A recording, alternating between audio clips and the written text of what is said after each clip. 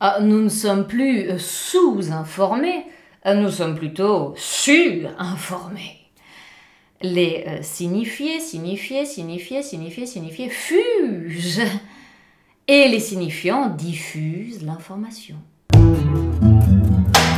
N'importe quelle information, de toute provenance et pour toute destination. Tout est désormais lié. Tout a un lien avec tout, avec rien. Et cette profusion des signes ne va malheureusement pas sans confusion des lignes. Et c'est un univers plus diversifié qu'unifié. On dirait qu'il est éclaté au point que nous passons le plus clair de notre temps à rassembler les morceaux pour reconstituer l'image du monde.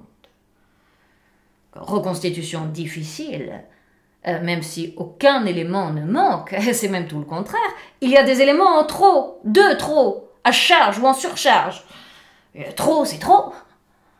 Et notre représentation n'est pas mutilée, mais saturée. Les vases communicants débordent, et nous sommes les gouttes de trop. Nous nous informons sur un monde que nous n'avons plus le temps de former.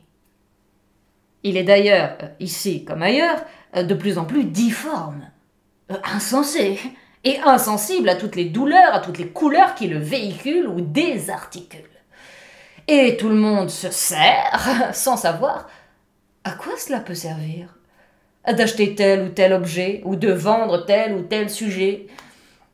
Alors nous savons tout, nous savons quel dossier il a consulté dans sa chambre à coucher, quel pied il a léché dans son bureau, quel cachet il a avalé pour augmenter le volume de sa virilité, mais on ne sait pas à quoi ça sert, ni à quoi ça peut servir de le juger ou de le condamner. Et à force de récolter des faits, ils n'ont plus d'effet sur nous.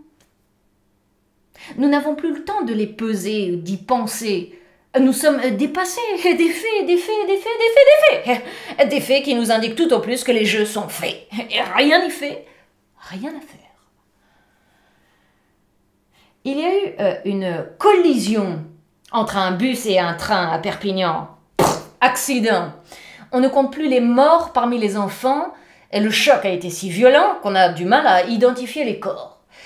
Toute la région est meurtrie.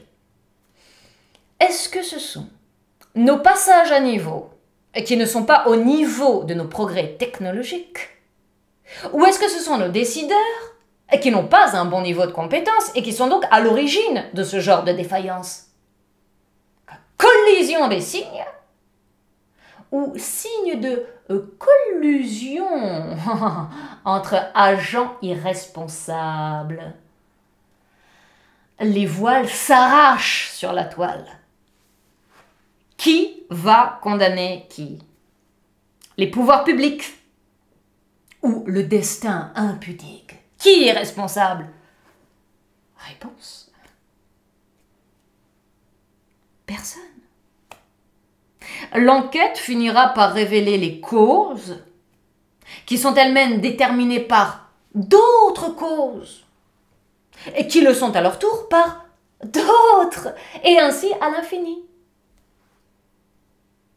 Pour exprimer notre peine, on se dit « pas de veine !»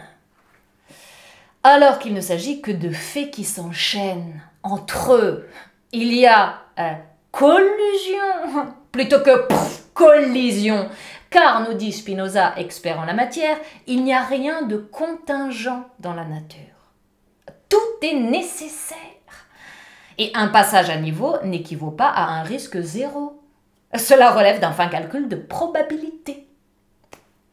La volonté n'est pas libre, ni synonyme de liberté. Et les hommes ne se croient libres de vouloir ce qu'ils veulent que parce qu'ils ignorent les causes de leur volonté. Terrible désillusion. Nous prenons les effets pour les causes. Le paraître pour l'être, et le signe pour le sens. Nous ne savons pas ce qui s'est vraiment passé. Mais nous savons ce qui va se passer. La SNCF va tirer son épingle du jeu. Les pouvoirs publics vont améliorer leur capacité de contrôle technologique des réseaux ferroviaires. Les proches des victimes seront en partie indemnisés, car on ne l'est jamais assez. Et de nouvelles associations protectrices seront créées en attendant le prochain accident. C'est cynique. C'est tragique, hein? Mais c'est la vie.